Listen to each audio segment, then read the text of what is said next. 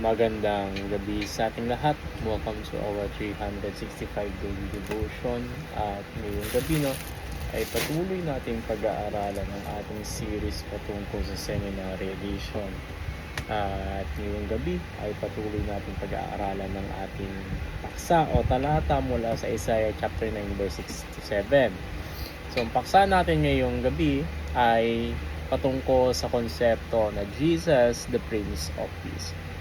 So Jesus, as the Prince of Peace, fulfills God's redemptive promise to restore what sin has broken. So our relationship with God, with one another, and within ourselves, biblical peace, shalom, is not merely the absence of conflict, but the presence of wholeness, harmony, and flourishing under God's rule. So Isaiah prophesies a king who reign would establish peace not temporarily but eternally, grounded in righteousness and justice. So Christ bring peace first, reconciling humanity to God through the cross. So this vertical peace becomes the foundation for inner peace and relational peace. So as the Prince of Peace, Jesus does not merely teach peace. He creates it, gives it, and extends it through His people.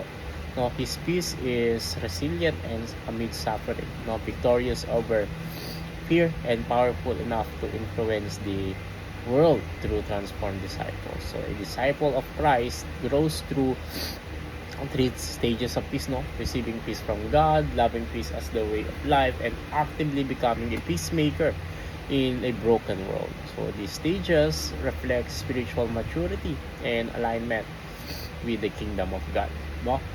So sabi nga dito sa ating talata, siya ay tatawaging prinsipe ng kapayapaan at ang kanyang pamamahala ay magdudulot ng walang hanggang kapayapaan. So ang katuruan natin dito, una, Jesus is the Prince of Peace. So peace is not an abstract concept, but a person, Jesus Christ. So as a prince, he has the authority to establish peace through his reign. His kingdom is marked not by coercion or violence, but by reconciliation and grace. Second is Jesus is the source of peace. True peace originates from restored relationship with God. So no amount of comfort, success, or control can replace the peace Christ gives. A peace that surpasses understanding and remains even in tribulation. Third is Jesus spreads His peace. So Christ's peace is meant to flow through His people. Through the church, His peace confronts hostility, those divisions, and bears with witness to reconciling power of the gospel. So ang application lang natin dito, simple lang, yung 3 stages of peace. Una, peaceful. Receive peace from God. So ask God for peace of mind and heart through prayer, trust, and surrender. So peace begins when we stop striving and trust and rest in Christ's finished work. Second is to peace loving. Desire peace as a way of life.